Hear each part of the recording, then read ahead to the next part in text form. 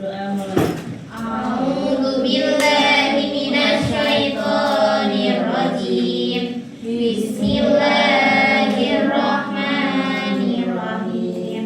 Raditu billahi rabban wa bil islami dinan wa bi Muhammadin nabiyyan wa rasulah. Rabbi zidni ilma warzuqni fahma. Amin ya rabbal alamin. Saya akan ya. Andin, Ada. Cantika, Ada. Desi, Ada. Feriska, Ada. Indah, Ada. Latifatus, Ada. Ngabe Sisil, Ada. Nimas Ayu, Ada. Nisa Noven, Ada. Nita, Ada. Putri, Selvi, udah ya, Siti Nurandira, Ada. Tria Widira, Ada. Uswatun, ada ya. Khair. Ada. Berarti masuk semua ya? Masuk.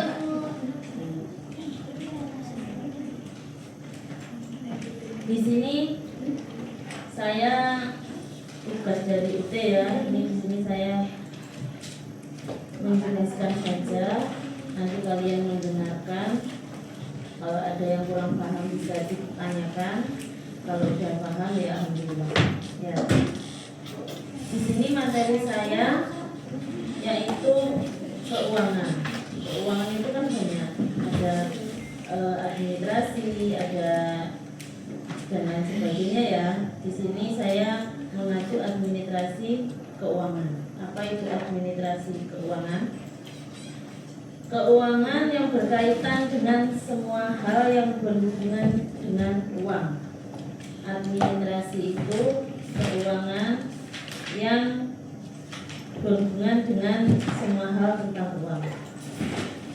Di sini tujuan saya memberi materi ini yaitu agar kalian tahu beberapa atau fungsi tentang keuangan atau prosedur tentang keuangan, macam-macam keuangan itu apa saja. Tujuan pembelajaran di sini itu. Jadi kalau kalian tahu, semoga saja bermanfaat. Besok waktu kalian sudah lulus dari sini, kalian tahu, oh administrasi keuangan itu seperti ini. Oh berarti keuangan itu enggak cuma yang penting ada uang, jadi perlu administrasi juga. Seperti itu ya. Di sini satu ya, pengertian keuangan itu tadi, keuangan berkaitan dengan semua hal yang berhubungan dengan uang, baik penerimaan, pengeluaran atau penggunaan maupun perencanaan dalam dana suatu organisasi. Jadi apa itu administrasi keuangan? Yaitu pengeluaran, pemasukan, dan juga penggunaan maupun perencanaan dalam administrasi keuangan. Jadi administrasi itu kayak misalkan kalian ada di perkantoran ya, kantor A. Jadi apa sih yang dibutuhkan di situ gitu. Kalau misalkan kalian butuh ya, oh saya butuh pengeluaran untuk ini, itu berarti itu dimasukkan ke administrasi keuangan. Saya berarti menerima dana segini gitu, itu juga dimasukkan ke administrasi keuangan. Selanjutnya administrasi keuangan itu juga rangkaian kegiatan pengolahan keuangan kantor. Jadi administrasi itu mulai dari perencanaan, penganggaran, pencatatan, dan juga pelaporan keuangan secara sistematis dan akurat. Jadi tidak ada manipulasi, semisal belanja kantor 100 juta misal, itu tidak ada di situ ditulis 110 juta gitu enggak. Jadi harus akurat. Yang selanjutnya adalah ruang lingkup administrasi keuangan di kantor. Administrasi keuangan di kantor mencakup beberapa kegiatan, yaitu 1. Perencanaan dan penganggaran, pendapatan dan biaya. Jadi misalkan ada rencana kerjanya itu, oh berarti kalau misalkan ya perusahaan ini menjual jasa ini ya, berarti penganggarannya 100 gitu. Oh, nanti gimana supaya dapat untung? Itu yang perlu direncanakan. Penganggaran itu adalah untuk dana. Jadi misalkan dana itu sudah mencukupi ya berarti ada penganggaran untuk perencanaan tersebut. Pencatatan transaksi keuangan. Jadi transaksi apapun itu harus dicatat jadi jelas.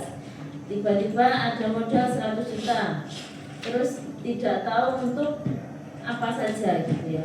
Jadi kalau dicatat kan enak. Oh, 100 juta itu untuk ini, 100 juta, yang 50 juta untuk ini, untuk modal ini gitu. Selanjutnya penyimpanan dokumen keuangan. Penyimpanan dokumen keuangan itu seperti bukti ya, bukti seperti cek dan lain sebagainya, nota ataupun apa yang berhubungan dengan pengeluaran uang atau pemasukan. Jadi kalau pemasukan berarti apa sih pemasukan? Kalau ada perusahaan yang menjual jasa, berarti kan uang masuk. Ya itu berarti nanti kan ada juga bukti penerimaan uang. Selanjutnya adalah penyusunan laporan keuangan dan pertanggungjawaban anggaran. Penyusunan laporan keuangan itu berarti dilakukan untuk mengetahui hasil akhir keuangan. Terus selanjutnya fungsi keuangan dalam perkantoran. Fungsi ya, apa sih fungsinya? Tadi kan ada ya, kalau misalkan kita menggunakan administrasi keuangan itu tidak ada fungsi, berarti kan sia-sia ya. Jadi ada fungsi dari administrasi keuangan tersebut. Fungsinya yaitu menyusun anggaran pendapatan dan biaya untuk satu periode tertentu. Misalkan kalau bulan ini kita ada anggaran masuk, terus perencanaannya yang pertama tadi tidak sesuai rencana atau gagal gitu.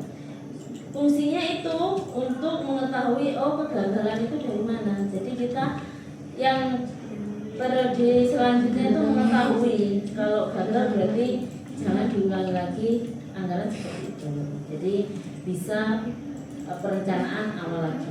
Selanjutnya yaitu fungsi pengorganisasian, menentukan siapa saja yang bertanggung jawab di bagian keuangan, yaitu kasir, bagian utang piutang, bagian laporan. Jadi di kantor itu kan banyak ya staf-stafnya, jadi ada bagian-bagian sendiri, jadi ada pekerjaan-pekerjaan sendiri.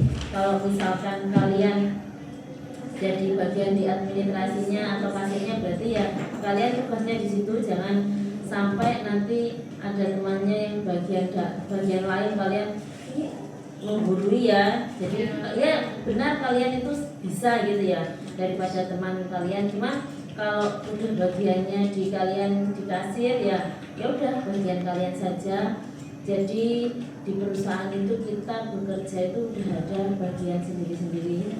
Jadi kita fokus pada pekerjaan kita dan tugas kita, karena itu adalah tanggung jawab dan kewajiban kita ya kalau kita ikut di perusahaan. Selanjutnya fungsi pengendalian, memastikan penggunaan dana sesuai anggaran dan peraturan. Kalau misalkan ada dana masuk banyak ya, terus di situ ada perencanaan yang kurang sesuai. Jadi kenapa kok dana anggaran dan peraturan penggunaannya itu harus sesuai? Karena awal pertama perencanaan itu gitu. Perencanaan itu tuh harus sesuai rencana sebenarnya. Cuman kan perusahaan itu tidak selalu berjalan mulus ya. Jadi ada hambatannya juga.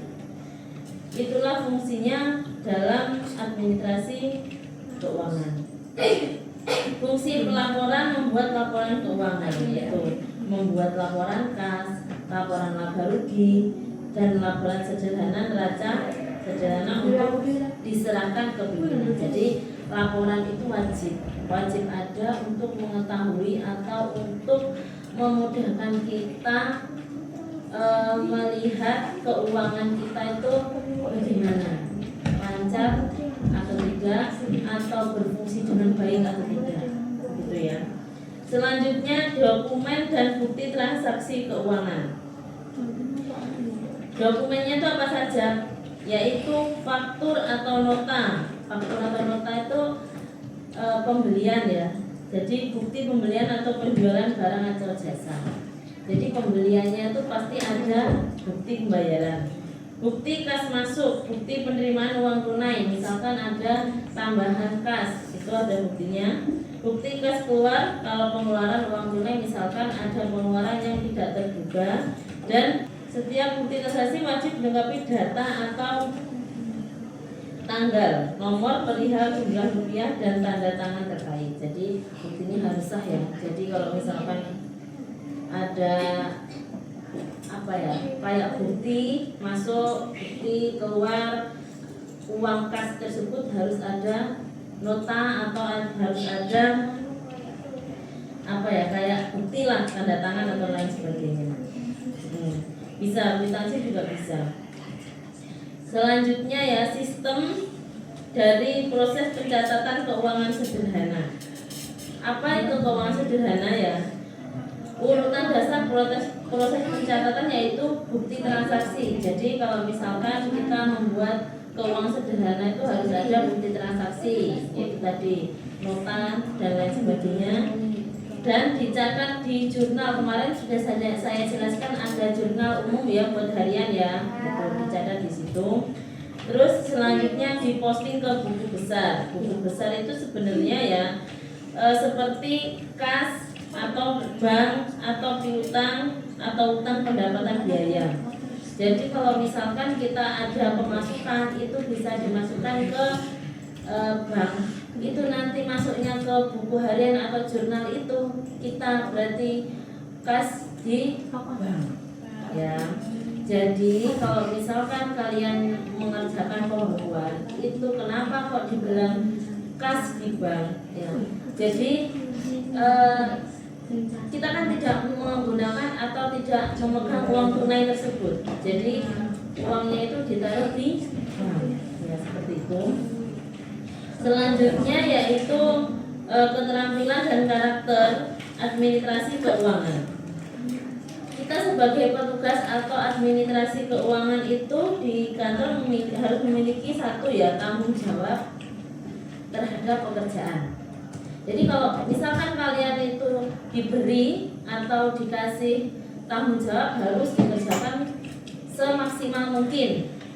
Jadi kalau misalkan kalian ini kok jangan mengeluh ya. Jadi kalian usahakan kalau bekerja itu jangan mengeluh. Kita kerjakan dulu semampunya kita, semaksimal yang kita bisa. Oke. Dan kejujuran dan tidak memasukkan dokumen. Itu paling penting ya, kejujuran dan juga tanggung jawab. Konsisten, ketelitian dan disiplin. Maksudnya di sini disiplin itu ya kalian tepat waktu itu termasuk disiplin, bekerja secara tepat waktu. Kalau deadline-nya itu hari ini harus selesai berarti diselesaikan. Itu ya. Kemampuan menggunakan aplikasi perkantoran, misalkan Excel. Jadi kalian di sini kan diberi wawasan ya. Kalau misalkan di perusahaan itu besok kita menggunakan administrasi perkantoran, sedikit banyak kalian harus bisa komputer. Misal Microsoft Excel dan lain sebagainya kan kalian sudah bisa ya. Jadi tidak monoton itu saja. Dari sini materinya dapat saya simpulkan ya. Materi administrasi perkantoran ini yaitu secara umum sebagai rangkaian kegiatan mengatur dan mengelola pengordinasian pekerjaan kantor agar berjalan secara teratur, efisien dan efektif dengan mencapai tujuan organisasi. Jadi di sini administrasi ini untuk apa ya, alur untuk kita supaya tahu masalah keuangan di kantor. Kesimpulannya yaitu bisa seperti itu.